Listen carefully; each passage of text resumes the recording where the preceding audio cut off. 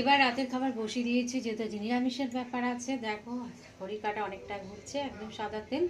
আর এখানে দুধটা এনেছিলাম, সেটা একটা প্যাকেট গরম করে নিচ্ছি, কারণ এই দুধটাও লাগে আমাদের। তো আর এখানে চালকে ধুয়ে নিয়েছি, ভাত করবো, রাত্রিবেলা ভাত খাবো, নিরামিষ ভাত। আর এই যে পনির কাটা কমপ্লিট। এই যে ছানাটা কেটেছিলাম, একদম সুন্দর পনির হয়েছে।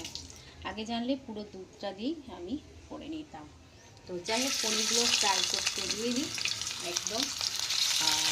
দেখো খুব সুন্দর হয়েছে, ভাবতে পারিনি এত সুন্দর হবে।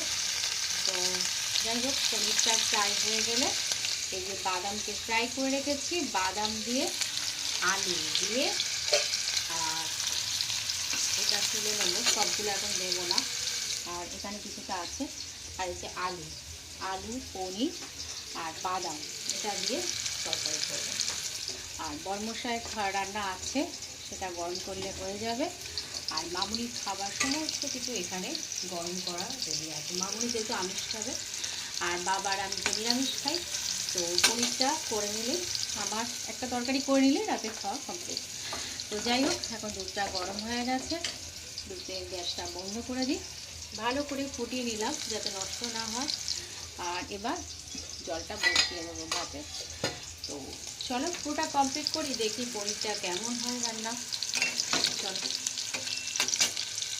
তো আমার পনিরের একদম এই কালারটা এসে, আজকে আমি হলুদ ছাড়াই করেছি, একদম অল্প তেলে, মশলা ছাড়া, একদম সাদা সাদা সাদা মাটা একটা তরকারি হয়েছে। এবার পনিরগুলোকে দিয়ে দেবো, একটু ঝোল ঝোল রাখবো যেহেতু ডাল নেই, একটা তরকারি দিয়ে যেহেতু খাবো, তো ওই জন্য এইভাবে আজকে আমার করা।